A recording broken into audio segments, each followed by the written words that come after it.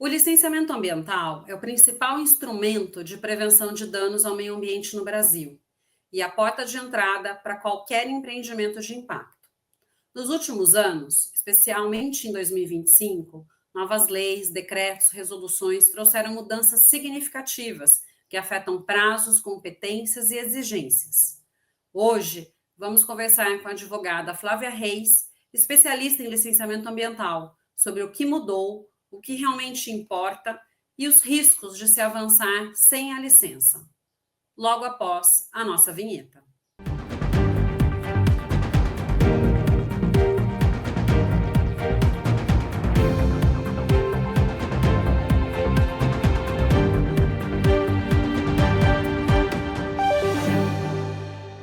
No programa de hoje, vamos conversar sobre licenciamento ambiental e o que mudou em 2025 e por que ele continua sendo indispensável. Para falar sobre esse tema, vamos conversar com a Flávia. Tudo bom, Flávia? Oi, Renata, tudo bom? Flávia, antes da gente conversar sobre a questão do licenciamento ambiental e as mudanças que estão ocorrendo ainda, eu queria que você se apresentasse e falasse um pouquinho de você. Ok. Bom, eu sou advogada e eu gosto de dizer que sou a mosca branca, porque é advogado que trabalha coordenando estudos de impacto ambiental, que trabalha na parte tão técnica, eu acho que é pouco comum. Então, eu advogo na área de direito ambiental, exclusivamente em direito ambiental, desde 2020, e faço tanto a parte do contencioso, o contencioso tradicional, judicial e administrativo, como o consultivo, e aí na coordenação de estudos ambientais. Venho fazendo isso já assim, há muito tempo, tendo contato com esse ambiente tão desafiador do licenciamento ambiental. Faço parte do escritório FLH Advogados, sou a sócia titular da área de direito ambiental.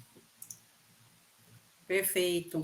E Flávia, para o pessoal, né, de casa entender o que é, afinal, o licenciamento ambiental e qual que é o seu objetivo principal?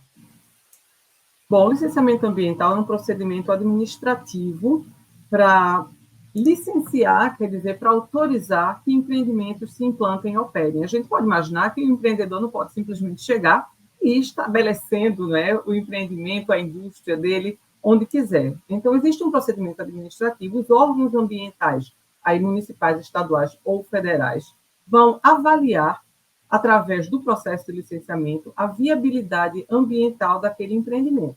Então, há processos que são muito simples, com empreendimentos de baixo impacto, que são rápidos, com estudos simples, até procedimentos muito complexos daqueles empreendimentos que podem causar grandes danos ou grandes impactos, e nesse caso a gente vai ter estudos bem complexos, como o estudo de impacto ambiental.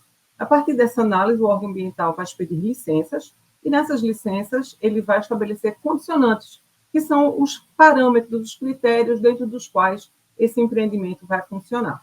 Então, é um procedimento complexo, muitas vezes em várias etapas, e é através dele que o empreendimento tem a sua autorização para se implantar e funcionar. Perfeito. E Flávia, nos últimos 12 meses, né, nós tivemos várias alterações importantes. Teve a lei complementar a 193 de 2025, que fala da licença por adesão e compromisso em âmbito estadual, tiveram novos decretos federais, né, a gente tem as resoluções do CONAMA, esse assunto está sendo discutido, né, dentro de uma nova normativa federal. Na prática, o que mudou de mais relevante para quem precisa ter uma licença ambiental hoje? Olha, Renata, mudou um bocado de coisa. Na verdade, a lei hoje ainda não está em vigor. Ela vai entrar em vigor em fevereiro. E hoje o que a gente tem é uma disparidade muito grande no licenciamento. Então, basicamente, cada órgão ambiental tem estabelecido seus critérios, as suas normas, as suas formas de licenciamento. O licenciamento hoje no Brasil ele é regulado por uma resolução do CONAMA, que é uma norma infralegal, é uma norma de hierarquia inferior, e é uma coisa estranha a gente ter um instrumento tão importante como o licenciamento sendo regulamentado nesse nível legislativo, né? Nesse nível normativo. Então, hoje, a gente tem uma dificuldade muito grande de fazer um licenciamento uniforme. Então, Então, cada estado faz da sua maneira, cada município faz da sua maneira, e a lei de licenciamento ambiental, a lei geral de licenciamento ambiental, era, idealmente, aquela lei que viria uniformizar esse procedimento para facilitar realmente a atuação dos órgãos ambientais. Isso não aconteceu exatamente, mas, de toda forma, a lei traz agora, a nível federal, novos tipos de licenciamento. Então, hoje tem novas licenças, tem novas formas de interação também com outros entes, como IFAM, como FUNAI, enfim, há algumas mudanças nesse sentido, mas basicamente seria novas leis, novos prazos, que não mudaram tanto, mas são novos prazos, e novas formas de interação com outros entes que são intervenientes nesse processo. Perfeito. E uma das questões aqui você falou dos novos prazos, né? Eu acho que uma das grandes promessas era essa desburocratização e uma redução dos prazos. Isso realmente aconteceu ou ainda a gente vai ter alguns gargalos pela frente? Renata, eu entendo que os gargalos continuarão. Não havia uma falta de previsão de prazos, não. Esse nunca foi o problema. A gente sempre teve uma previsão de prazos.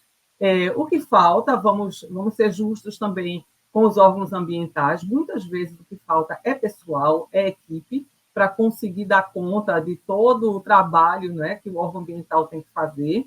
Muitas vezes havia falta de vontade também, e tudo isso pode continuar havendo.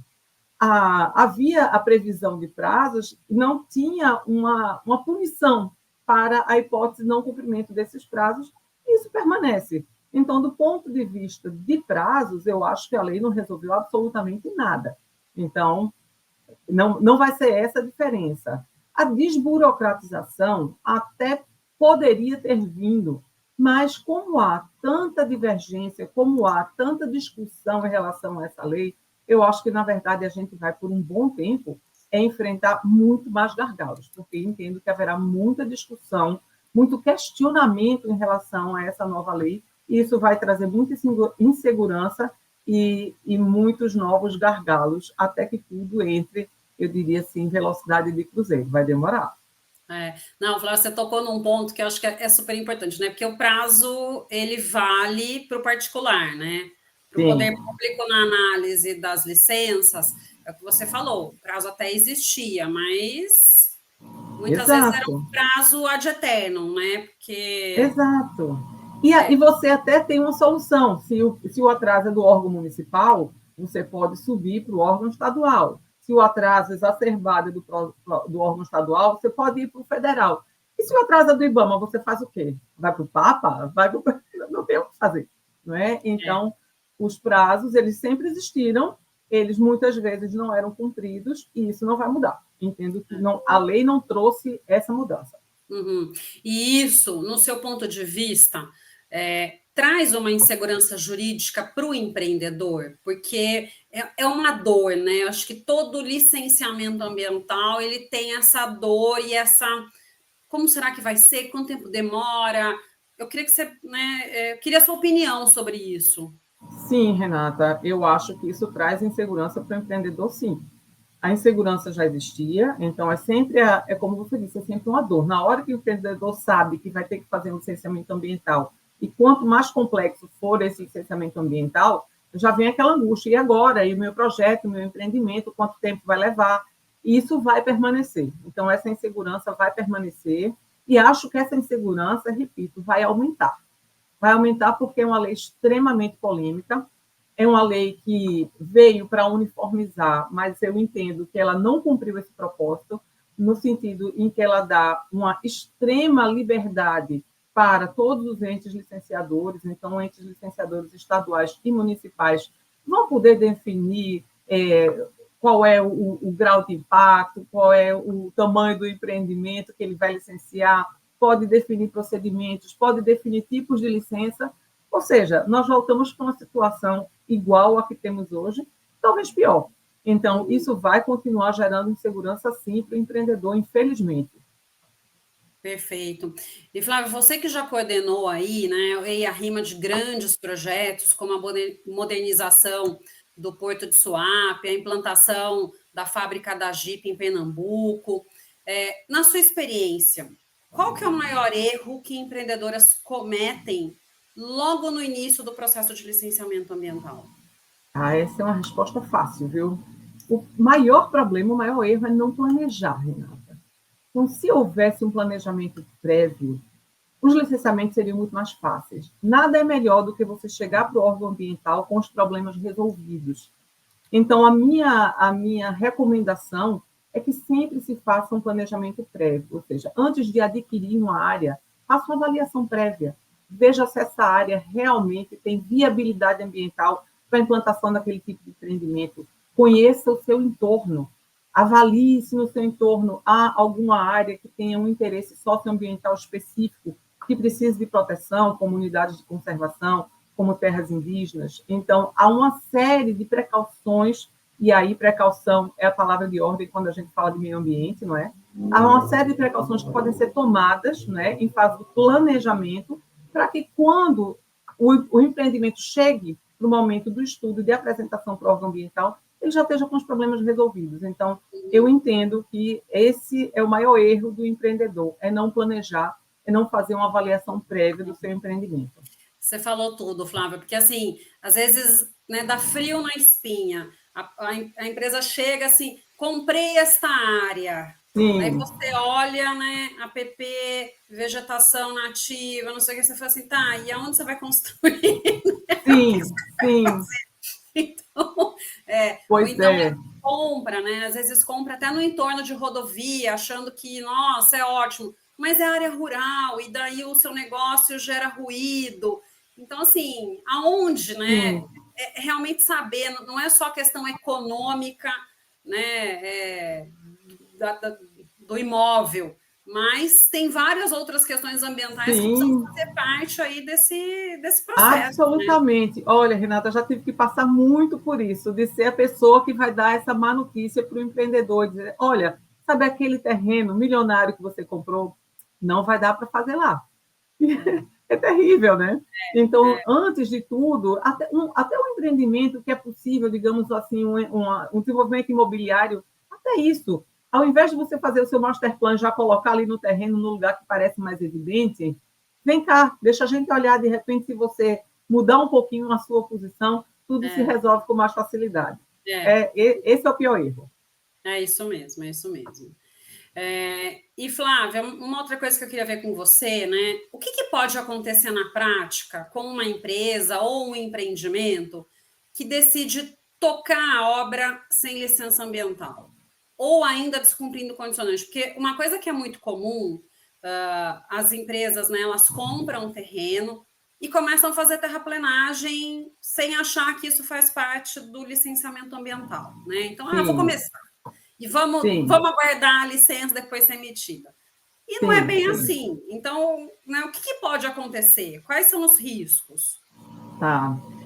De fato, não pode fazer isso, né? Então, desde a mobilização de canteiro de obra, você já tem que ter a licença, não pode fazer nada no terreno. Eu sempre digo para o cliente, você tem uma licença prévia, que normalmente é mais difícil de ser obtida, mas a licença prévia não lhe autoriza a tirar uma plantinha do seu terreno. Espere até você poder implantar. Então, o empreendedor, né, que começa a sua obra, começa a sua operação sem licença, ele está sujeito a uma série de punições, né? Desde simples multas até embargos, no caso de operação, até o fechamento completo do empreendimento, e isso, claro, também é crime ambiental, então você tem toda uma gama de punições realmente na parte criminal, assim como a obrigatoriedade, e aí sem prescrição, né, de ter que reparar um dano causado ao meio ambiente. Além de tudo isso, ainda tem um risco reputacional, né? O tipo da notícia que a maioria das empresas não quer atrelada a seu empreendimento. Agora, já conversando mais uma vez sobre a nova lei de licenciamento ambiental, eu acho que ela foi generosa demais com os empreendimentos que estão operando sem licença. Então, a gente tem uma licença de operação corretiva, que é bastante benevolente, eu acho que benevolente demais. Inclusive, ela prevê a possibilidade deste tipo de empreendedor, né, deste tipo de operador, fazer a sua correção por uma licença de adesão e compromisso. Eu acho estranho que você possa confiar numa adesão e compromisso de um empreendedor que teve a ousadia de operar inicialmente sem licença. Então, discordo da lei nesse ponto, né? Acho que quem descumpre a lei, especialmente na questão ambiental, precisa, de fato, de algum tipo de punição. Uhum, perfeito. E nos últimos anos tem crescido o número de embargos do IBAMA e ações do Ministério Público, até por essa questão, né? Por um licenciamento irregular ou pelo empreendimento não ter licença. Quais setores têm sofrido mais com essas fiscalizações? Eu vejo uma atuação tanto do IBAMA quanto do Ministério Público, né, com ações civis públicas, com inquéritos civis, muito focado no agro. No caso do IBAMA, as fiscalizações são muito voltadas para a supressão de vegetação sem licença, e no Ministério Público eu noto uma atuação, tanto no agro de uma maneira geral, também voltado para a questão de supressão de vegetação, mas muito voltado também para a questão de uso da água. Então, também aí já saindo do agro mais hidrelétricas, portos, esse tipo de atuação. Tá, perfeito. E, Flávia, tem um grande debate também sobre a questão de competência dentro do licenciamento, né? E eu acho que essa é uma outra dor que, sei lá, 20 anos ou mais, né? Eu, pelo menos, tenho essa dor, e eu não sei se é algo que vai ser resolvido agora, mas sobre a questão ali da transferência de competência do licenciamento de alguns empreendimentos para estados e municípios. Você vê isso como positivo ou traz um risco de enfraquecimento da proteção ambiental? Ou essa nossa Renata, dor aí desse conflito de competência vai aumentar? tá bom. Eu acho que vai piorar. Na verdade, Renata, a gente sabe que as competências já foram definidas, né, pela Lei Complementar 140 de 2011, então, em tese, a gente não deveria mais ter esse tipo de problema. Os três entes podem licenciar, né, cada um com a sua competência, e digamos que a competência mais comum seria do Estado, né? Então, o Estado fica com quase tudo, a União e os municípios ficam com as exceções, a União com os casos mais peculiares, mais específicos, e o município apenas com os empreendimentos de pequeno impacto ambiental. Então, eu acho que essas competências hierárquicas, assim, elas estão mais ou menos definidas, ainda temos uns conflitos, mas o que me parece que vai ser mais complicado é essa liberdade agora que os entes, né, tanto o Estado quanto o município, têm de criar ou de inovar nos seus licenciamentos, apesar da Lei Geral do Licenciamento Ambiental. Eu entendo que isso vai gerar, talvez, aquele tipo de leilão, né, que a gente via muito na seara fiscal, ou seja, implante o seu empreendimento aqui, eu vou lhe dar um benefício fiscal. Eu tenho receio que agora a gente tem esse tipo de coisa, do município dizer, implante o seu empreendimento aqui, o meu licenciamento vai ser mais simplificado, aqui eu vou estabelecer para você um porte menor do que o que você terá no município vizinho. Então, eu acho que vamos ter muitos problemas de competência de licenciamento por causa desse tipo de queda de braço. Acho que vai ficar muito mais complexo. Tá. Flávia, eu vou pôr mais lenha nessa fogueira, tá? Como se fosse pouco. Exatamente, né? Porque tem a questão, né, das licenças, que eu até vou falar com você sobre a licença por adesão e compromisso. Se falou muito tempo de um autolicenciamento ambiental. E até pensando nessa questão do leilão, que pode ser que haja, se a gente tivesse, de fato, não que talvez não tenha, mas acho que não tenha na medida necessária, né? O cumprimento da norma, né, seja por parte daí do Ministério Público exigindo, a gente tem um processo civil, ambiental mais rápido, né, não tão demorado, que demora aí 20, 10 anos para apuração de algum dano, mas se a gente tivesse essas questões de responsabilidade muito bem definidas e aplicadas, talvez a gente nem precisaria estar discutindo tudo isso, né? Eu não sei se é o ponto de vista, mas no meu é algo mais cartesiano, né? Mas olha, fez, incorreu no dano, então é responsável pelo dano, pela recuperação, etc. e tal. E talvez nem a figura do licenciamento, do jeito que é, burocrático que é, talvez não precisaria. Então, daí um município que pede menos, outro que pede mais, óbvio, né, causa um desconforto, mas por que que eu preciso pedir? Por que que eu preciso ser mais realista que o rei? Eu não preciso. Eu peço o mínimo e se causar algum incômodo, se causar algum dano, a empresa ela é responsável por isso. Mas daí a gente precisa ter de fato a efetividade e não uma morosidade para a apuração dessas questões.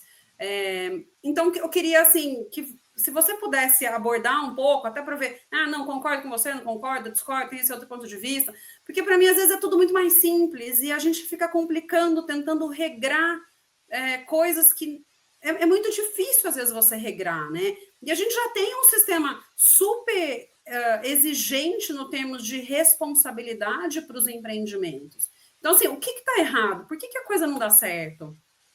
Pois seria melhor se a gente pudesse viver num mundo mais ideal assim, né? É verdade, a gente tem regras muito claras para desenvolvimento de projetos, para desenvolvimento de licenciamento, mas, de fato, talvez vai parecer idealista isso, mas eu acho que aqui é muito mais uma questão realmente de educação ambiental, de ética, de compromisso, né? Porque deveria ser mais simples, deveria ser necessário um aparelho muito menor, né? Uma atuação muito menor dos órgãos ambientais.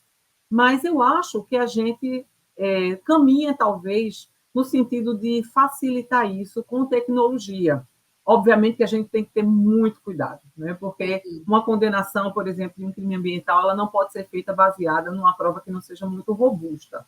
Então, eu acho que a gente pode ir evoluindo aos poucos, e talvez a nova lei traga até um pouco disso, Renata, para um automonitoramento, para que as partes comecem a apresentar mais o seu desempenho ambiental, os seus resultados, e a própria lei prevê um benefício, né, a possibilidade de uma facilidade maior no licenciamento de empreendimentos que, inclusive, conseguirem performar, trazer um desempenho ambiental além do mínimo necessário. Então, concordo com você no sentido de que, no mundo ideal, a gente não precisaria dessa parafernália toda, né? O empreendimento poderia já ser estudado antecipadamente, a pessoa podia, de uma maneira autodeclaratória, simplesmente trazer quais são os seus impactos e fazer tudo acertadamente. Mas, infelizmente, isso não acontece agora, eu acho que demorará algumas gerações, infelizmente, nós não estaremos aqui para ver isso. Mas certamente passa pela questão de educação ambiental e de ética. Não, concordo. Conscientização. Eu concordo. Assim, talvez é uma questão mais até de formação, né, do indivíduo, do que é certo, fazer o certo. Eu queria muito estar aqui para ver, tá? Eu não queria que só as próximas gerações vissem esse resultado, mas eu realmente queria. Eu acho que se todo mundo, né, agir da forma que precisa, e muitas vezes, que daí acho que também é um complicador, você tem a questão do dinheiro. E quando você tem a questão econômica envolvida por detrás, né, algumas coisas, segurança ambiental, qualquer tipo de. Começa a ser mais flexibilizada, né? Será que eu Sim, preciso? Preciso nesse grau? Então, talvez a gente mudar um pouco essa lógica, né? Mas sim. eu gostaria de acreditar que a gente caminha para um futuro assim. Não sei se. Talvez um pouco utópico, mas eu queria acreditar sim, viu, Flávia? Eu Cedo. acho que, eu acho que talvez uma coisa que possa levar para esse entendimento é que quando as pessoas começarem a entender realmente os impactos ambientais. Entender que não é uma coisa lá para o vizinho, não é uma coisa de outro país.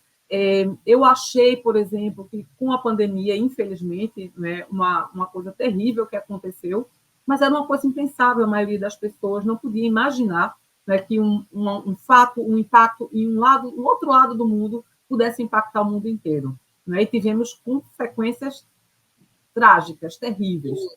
Assim são os impactos ambientais também. Então, talvez quando as pessoas começarem a sentir mais na própria pele, né, as consequências dos impactos ambientais, talvez assim a gente tenha um pouco mais de consciência e as coisas passem a mudar.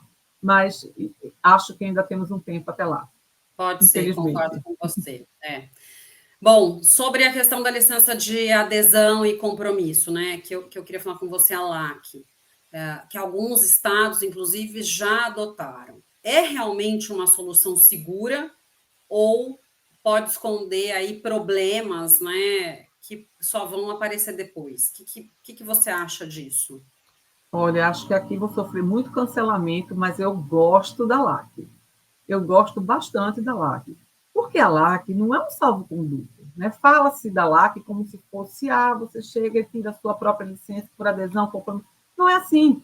Existem parâmetros muito específicos. Eu acho que, na verdade, é uma das licenças que já está melhor estabelecida, regulamentada na própria lei, que visa exatamente quando você pode ter uma LAC. Então, a área precisa ser conhecida, o tipo de empreendimento precisa já ser bem conhecido, bem estudado, os seus impactos precisam já ser bem conhecidos. Você não pode ter supressão de vegetação para esse tipo de empreendimento. Então, o órgão ambiental, ele vai preparar, na verdade, tem todo um procedimento que precisa ser preenchido de forma autodeclaratória pelo empreendedor, né, concordando com aquelas condições, e ele vai poder ser fiscalizado. O fato de você ter uma LAC não quer dizer que você vai embora e o órgão ambiental nunca mais vai lhe ver. Não é isso. Então, eu acho que é uma licença muito bem estabelecida, no sentido em que você tem critérios muito claros. Ou você se enquadra na... Veja, um empreendimento que já foi analisado, um tipo de empreendimento que já foi analisado à exaustão, os impactos já são bem conhecidos, já se sabe exatamente que tipo de interação ele tem com o seu entorno, aquele entorno também já foi extremamente bem estudado. Por que a gente começar novamente todo um procedimento de estudos ambientais? Não, a gente já sabe, a gente já conhece aquela região, a gente já conhece os impactos. Então, enquanto o empreendedor estiver dentro desse mundo previsível, desse mundo já conhecido, ele vai ter também os condicionantes da licença dele. Eu acho que funciona muito bem. Realmente acho que pode funcionar muito bem. Perfeito. Como você falou, né?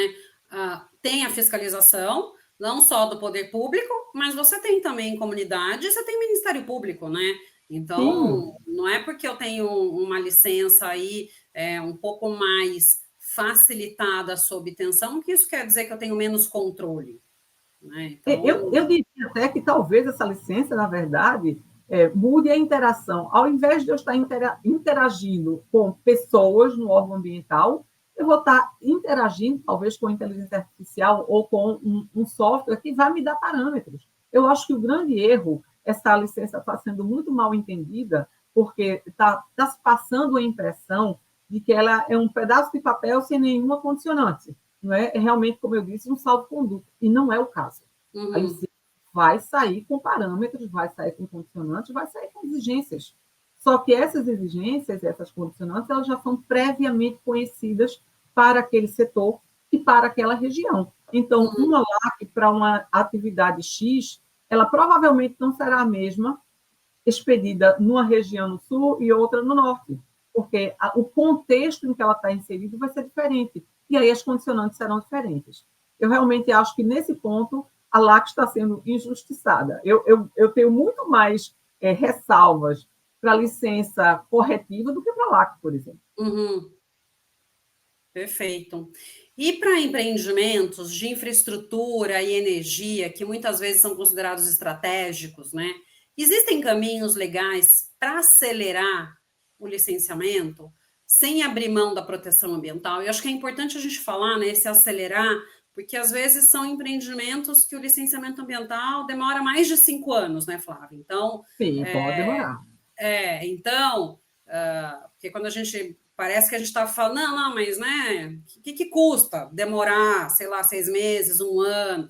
Custa, mas não é bem isso, né? São empreendimentos que têm um licenciamento ali, um trâmite muito mais demorado.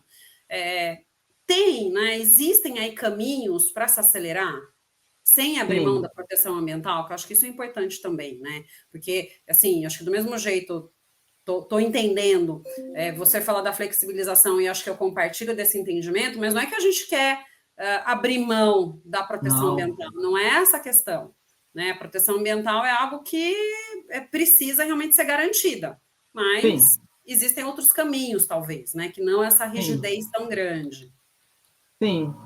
Na verdade, sempre houve isso, né? Eu noto essa discussão em torno da nova lei de licenciamento ambiental como se trouxesse assim, grandes inovações, mas, na verdade, ela meio que saiu colecionando assim, tudo que se encontrava espalhado, né, Brasil afora, e botou numa lei só. Então, quando a gente pensa, por exemplo, você falou em energia, né? Em 2001, a gente teve um grande apagão no Brasil. E aí surgiu uma resolução, acho que é a 273 ou 237, 279 talvez, que é a resolução do CONAMA do RAS, que estabeleceu o RAS em 2001. Então, isso já foi uma simplificação extrema do licenciamento ambiental de empreendimentos de geração de energia, porque tínhamos urgência.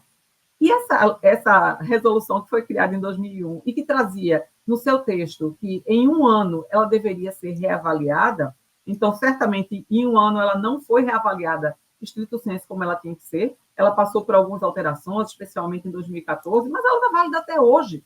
É uma resolução que foi criada num momento muito específico, muito peculiar, e até hoje a gente aplica a resolução do RAS. Então, para um licenciamento especial, mais rápido, de um tipo de empreendimento que era e que continua sendo estratégico. Né? Mais do que isso, a gente fala agora da licença que está mais polêmica, né? Hoje eu acho que é o fim da medida provisória do licenciamento especial, licenciamento ambiental especial, estratégico, mas isso sempre aconteceu. Né? Imagina em momentos como tivemos aqui da Copa. Então, a gente tinha que criar estádios, e tudo isso tinha que ser licenciado com mais agilidade. Imagina a COP agora em Belém.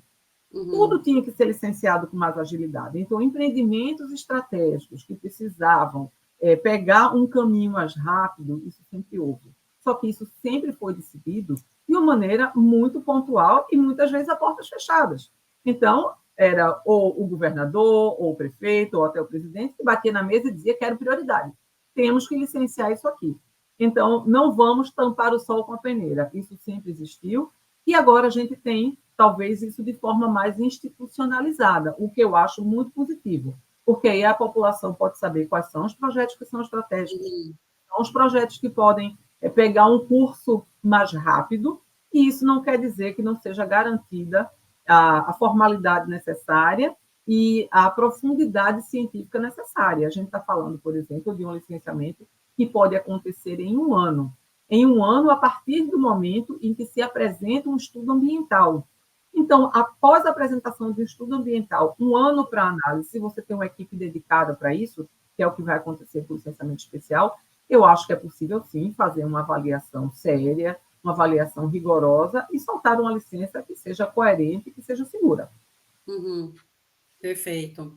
E, Flávia, né, com tantas mudanças que estão acontecendo, no seu ponto de vista, o empreendedor hoje ele está mais ou menos seguro juridicamente do que estava há 5 anos atrás?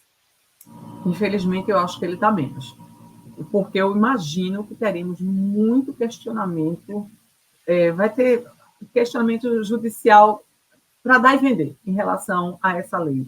Já temos hoje, na verdade, os conflitos surgindo.